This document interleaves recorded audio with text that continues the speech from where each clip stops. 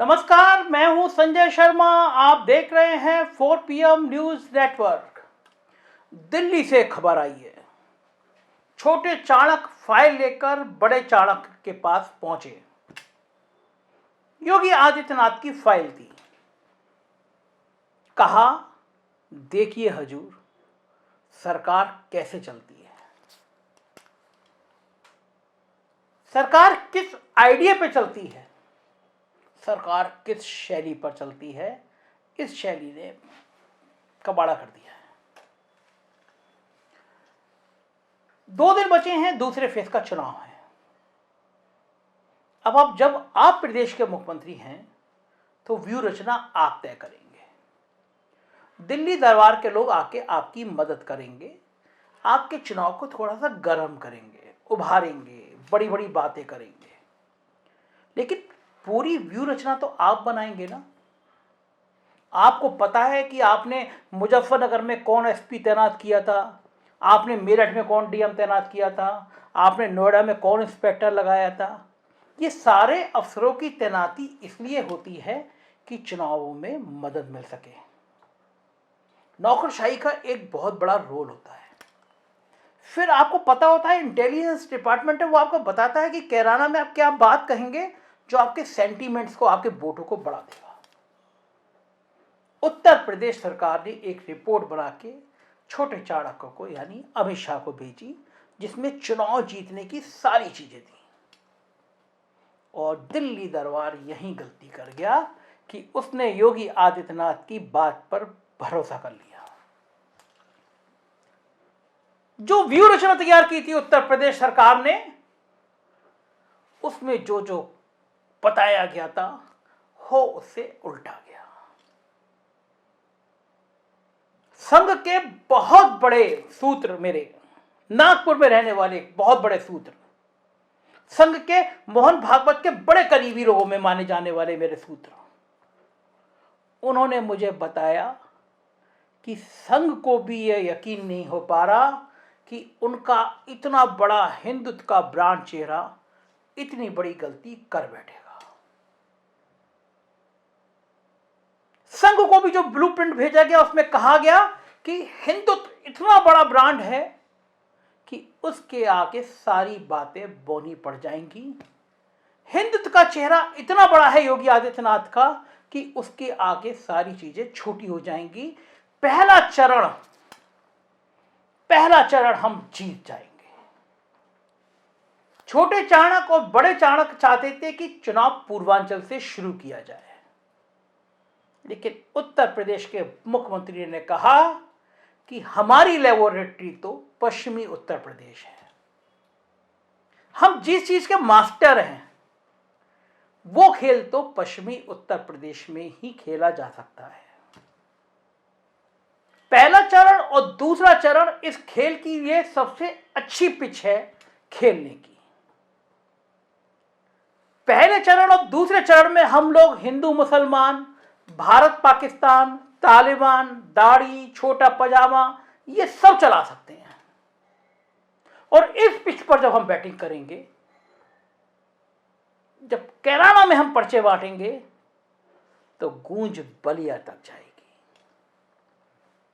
लेकिन इस बार योगी आदित्यनाथ भूल कर गए कि सामने अखिलेश यादव है, मुलायम सिंह यादव नहीं है।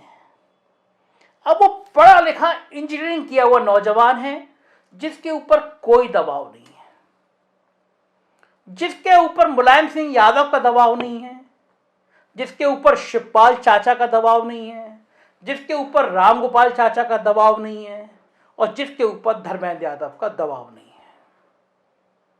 सारी व्यू रचना वो तैयार कर रहा है और वो आपके हुनर से वाकिफ है। आप जिस व्यू रचना की प्लान कर रहे थे, क्रिकेट की पिच तैयार कर रहे थे, अखिलेश यादव ने अपने सारे प्रवक्ताओं से और सारे नेताओं से कहा कि गलती से भी उस पिच पर चले मत जाना। जिन्ना का बयान बहुत मनमाफिक पिच मेरी थी। छोटे चाणक्य, बड़े चाणक्य, यूपी के मुख्यमंत्री सब उस पिच पर खेलने लग गए थे। अखिलेश यादव समझ गए थे कि अगर दूसरी गलती हो गई तो मामला हिट विकेट हो जाएगा, लिहाजा दूसरी गलती समाजवादी पार्टी ने होने नहीं दी। इसके बाद चीजें बदलती चली गई और चीजों को भड़काने के लिए मुख्यमंत्री ने गर्मी निकाल दूंगा, शिमला बना दूंगा, चर्बी निकाल दूंगा, दिमाग ठीक कर दूंगा, माहौल बनाया, गर्मी पैदा करने की कोशिश की, दंगों की याद दिलाई, हिंदू मुसलमान की याद दिलाई। लगा ये हमारी पहले चरण वाली पश्चिमी उत्तर प्रदेश की लेबोरेटरी में ये केमिकल तैयार होगा, इस केमिकल का छिड़काव हम बलिया और गाजीपुर तक करेंगे और चीजें यूं हो जाएंगी। मगर जाटों के छोकरों ने कहा हम जाट हैं, हमें तो गर्मी रहती है, अब हम बताते हैं गर्मी निकलती किसकी है। जो परंपरागत हिंदू वोट, जो परंपरागत बीजेपी के वोट, उन्होंने भी कहा कि ये भाषा शैली तो ठीक नहीं, इतना उन्माद तो ठीक नहीं, क्योंकि ये भुगत चुके हैं, ये पीढ़ी, ये मध्यम वर्गीय परिवार भुगत चुका है। कोरोना में हर तीसरा व्यक्ति त्रस्त था, परेशान था, ऑक्सीजन को लेकर परेशान था, दवा को लेकर परेशान था, वेंटिलेटर को लेकर परेशान था, और एक के बाद एक घोटाला सामने आ रहा था। तब तो गर्मी निकलनी ही थी। पहले चरण ने बड़ी पार्टियों को पसीने पसीने कर दिया। बड़ी मंत्रणा हुई, दिल्ली में मंत्रणा हुई, लखनऊ में बात हुई कि अब दूसरे चरण में क्या करें। जो फाइल छोटे चाणक लेके गए तो उसमें जिक्र था कि आजम खां पे जो मुकदमे लिखे हैं उसमें एक मुकदमा यहां तक है कि आजम खां बकरी चुराते थे। आजम खां जैसा कद्दावर नेता, कई बार एमएलए, मिनिस्टर, एमपी, आप उस व्यक्ति के मिसबिहेवियर की बात कर सकते हैं कि वो बहुत अभद्र भाषा में बात करते थे, लोगों से गुस्से में बात करते थे, अहंकार में बात करते थे, लेकिन आजम खां के पूरे राजनीतिक कार्यकाल में कभी उन पे आर्थिक भ्रष्टाचार के आरोप कभी नहीं लगे। मुकदमे लगाते या जौहर विश्वविद्यालय को तोड़ते, सारी चीजें आपकी आइडियोलॉजी आपकी पिच पर तैयार थी। मगर आजम खां की पत्नी को, बेटे को दर्जनों मुकदमे लगा के जेल भेजा, तो जो इस दूसरे दौर में जो 4 से 5% मुस्लिम वोटों का बिखराव होता था, वो इस बार सहानुभूति में आता हुआ नजर आ रहा है। ये तो गलत है, ये नहीं होना चाहिए था। बरेली के एक बड़े नेता हैं संतोष गंगवार। मैं एबीपी चैनल में, जो अब एबीपी हो गया तब स्टार न्यूज होता था, मैं उसमें काम करता था, बरेली का ब्यूरो चीफ था। एक इलाके में गंदगी बहुत थी, तो मुझसे कई लोगों ने कहा, मैं सुबह सुबह केंद्रीय पेट्रोलियम मंत्री होते थे संतोष गंगवार, उनके घर चला गया और मैंने कहा मंत्री जी वहां लोग परेशान है, गर्मी में बहुत गंदगी है, कोई सुनता नहीं है। संतोष गंगवार वो सेंट्रल मिनिस्टर थे, जब बरेली में घुसते थे तो 5 किलोमीटर पहले गाड़ी रोकते थे, लाल बत्ती उतरवाते थे, सारा पुलिस का एस्कॉर्ट वापस कर देते थे कि ये मेरा शहर है, मुझे यहाँ लाल बत्ती नहीं चाहिए, मुझे पुलिस की गाड़ी नहीं चाहिए। जब मैंने उनसे कहा तो बोले चलिए देख कर आते हैं। घर के बाहर आ गए, मैंने इधर देखा, उन्होंने मेरी तरफ देखा, बोले गाड़ी कहाँ है? तो मैंने कहा मैं तो बाइक से आया हूँ, मोटरसाइकिल थी मुझ पर, नई खरीदी थी, बड़ा शौक था। बोले चलिए आपकी मोटरसाइकिल पे चलते हैं। सेंट्रल का मिनिस्टर, केंद्रीय पेट्रोलियम मंत्री संतोष गंगवार मेरी मोटरसाइकिल में बैठे और जिस जगह गंदगी के ढेर थे, सफाई नहीं हो रही थी, लोग परेशान थे, वहां पहुंच गए, लोगों की समस्याएं सुनी। बरेली, बदायूं, शाहजहांपुर, पीलीभीत, लखीमपुर, इस जिले में कुर्मी जातियों की संख्या बहुत है, मजबूत कुर्मी है, मेहनती कुर्मी है और दबंग कुर्मी है।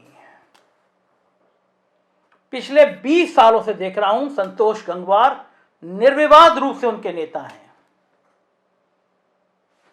जिस तरह आप कह सकते हैं कि यादवों को अखिलेश यादव पसंद है, उसी तरह कुर्मियों को संतोष गंगवार पसंद है। जिस तरह आप कह सकते हैं ठाकुरों को योगी आदित्यनाथ पसंद है, इसी तरह कुर्मियों को संतोष गंगवार पसंद है। मगर संतोष गंगवार को केंद्रीय मंत्रिमंडल से हटा दिया गया क्योंकि उन्होंने कोरोना की बद इंतजामी को लेकर एक चिट्ठी लिखी थी। बहुत बड़ी चूक कर गए। छोटे चाणक्य, बड़े चाणक्य, योगी आदित्यनाथ सब चूक कर गए। उनको अंदाजा नहीं था कि कितना खराब मैसेज चला जाएगा कुर्मी समुदाय में। कम से कम 40-45 सीटों पे सीधा असर डालता है कुर्मी समुदाय। फंस गया बीच। चर्चा में है नाराजगी, चर्चा में है ये बातें। राजनीति यही होती है, कब कौन किसका फायदा ले ले, कौन नेता किसके कहने का क्या ब्रांड ले ले। ये सारे सवाल उठ रहे हैं कि जब सरकार चलाते थे तो ये कार्यशैली नजर क्यों नहीं आई, क्यों सिस्टम समझ में नहीं आया, क्यों आम आदमी तक नहीं पहुंच पाए। हालात खराब हैं, तनाव हैं, लेकिन प्रदेश के लिए अच्छा है कि नफरत की बुनियाद पर चुनाव नहीं हो रहा। प्रदेश के लिए अच्छा है कि तानाशाहों की तानाशाही पर चुनाव नहीं हो रहा। तानाशाहों की तानाशाही खत्म करने पे तो चुनाव होता नजर आ रहा है। अहंकार खत्म करने पे तो चुनाव होता नजर आ रहा है। हिंदू मुसलमान के खेल को तो खत्म होने पे चुनाव होता नजर आ रहा है, मगर नफरत पे चुनाव होता हुआ नजर नहीं आ रहा। यह बहुत अच्छा संकेत है। चुनाव में धर्म के इस घिनौने कटजोड़ को तोड़ा ही जाना चाहिए, मगर छोटे चाणक और बड़े चाणक यूपी के मुख्यमंत्री का क्या हाल करने वाले हैं, इसकी काफी सारी गाथाएं राजनीतिक गलियारों में अभी से चर्चा का विषय लेने लगी है। प्रधानमंत्री मोदी और देश के अध्यक्ष बीजेपी के जेपी नड्डा की ट्विटर से फोटो हटाना अब योगी आदित्यनाथ को भारी पड़ने वाला है। उत्तर प्रदेश की राजनीति कई सारी करवटें ले रही है, कई सारे बदलाव ले रही है। क्या होगा उत्तर प्रदेश की राजनीति में, अगर देखना है, अगर समझना है तो देखते रहिए 4PM न्यूज नेटवर्क। यही वो चैनल है जो सच सच और सिर्फ सच बताएगा।